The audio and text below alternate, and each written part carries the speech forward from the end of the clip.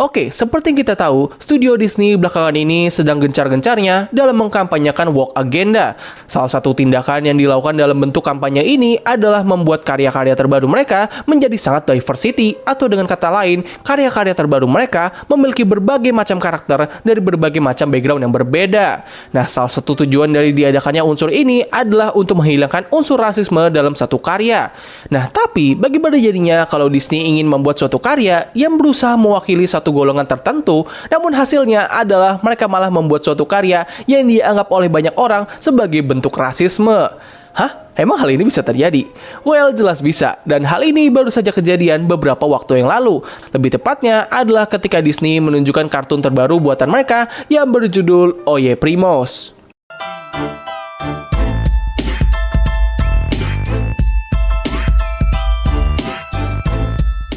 Oye Primos merupakan sebuah proyek kartun series terbaru buatan Disney yang menceritakan seorang gadis Latina yang bernama Tether, di mana ia tinggal bersama dengan kedua orang tuanya dan juga ke-12 sepupunya di sebuah kota di negara Meksiko yang bernama Tremoto Hike. Nah, konsep dan cerita pada kartun ini berdasarkan pengalaman masa kecil dari sang kreator kartun ini, yaitu Natasha Klein, yang mana dia ini merupakan seorang blasteran antara orang Meksiko dan Amerika. Nah, pada saat proyek animasi ini muncul ke publik, banyak orang, terutama komunitas Latina, merasa bahwa kartun ini menggambarkan orang Latina dengan stereotip yang negatif, atau dengan kata lain, kartun ini dianggap rasis. Kemunculan kartun ini dalam bentuk lagu opening dan sedikit bocoran dari episode pilotnya membuat banyak orang menjadi sangat murka hingga Disney terpaksa harus menghapus video opening dari kartun ini di sosial media Facebook dan juga Twitter.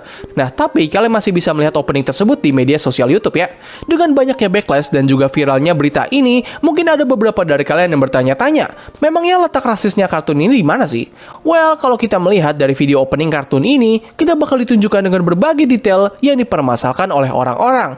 Yang pertama adalah dari nama kota yang ditinggali oleh sang karakter utama, yaitu Tremoto Hike, yang mana kalau diartikan ke bahasa Inggris, nama kota ini menjadi Earthquake Hike. Nah, nama ini dianggap sangat menyinggung karena negara Meksiko memiliki sejarah yang cukup kelam dari bencana gempa bumi.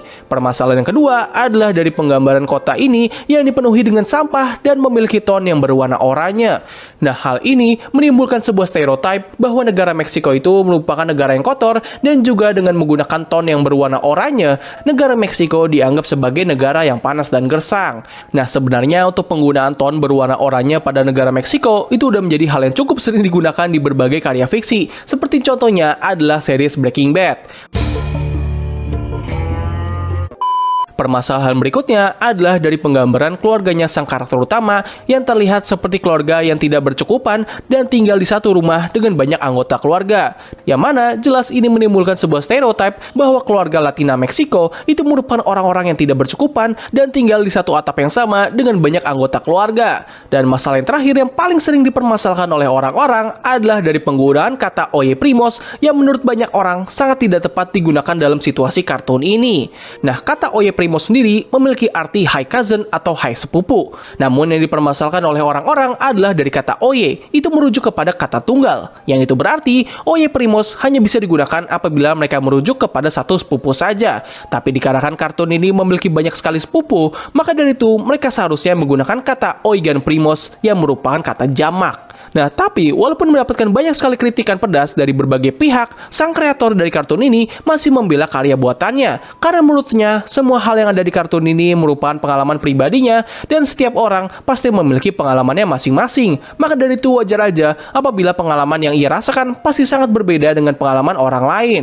Pembelaan ini tentu mendapatkan respon yang terbagi dua. Ada yang menerimanya dan ada juga yang menolaknya. Tapi sayangnya, situasi dari kartun ini sempat menjadi sangat kacau ketika sang penyuara dari karakter utama pada kartun ini yang bernama Miranda Velasco membalas berbagai kritikan yang dilontarkan oleh komunitas Latino dengan sangat buruk.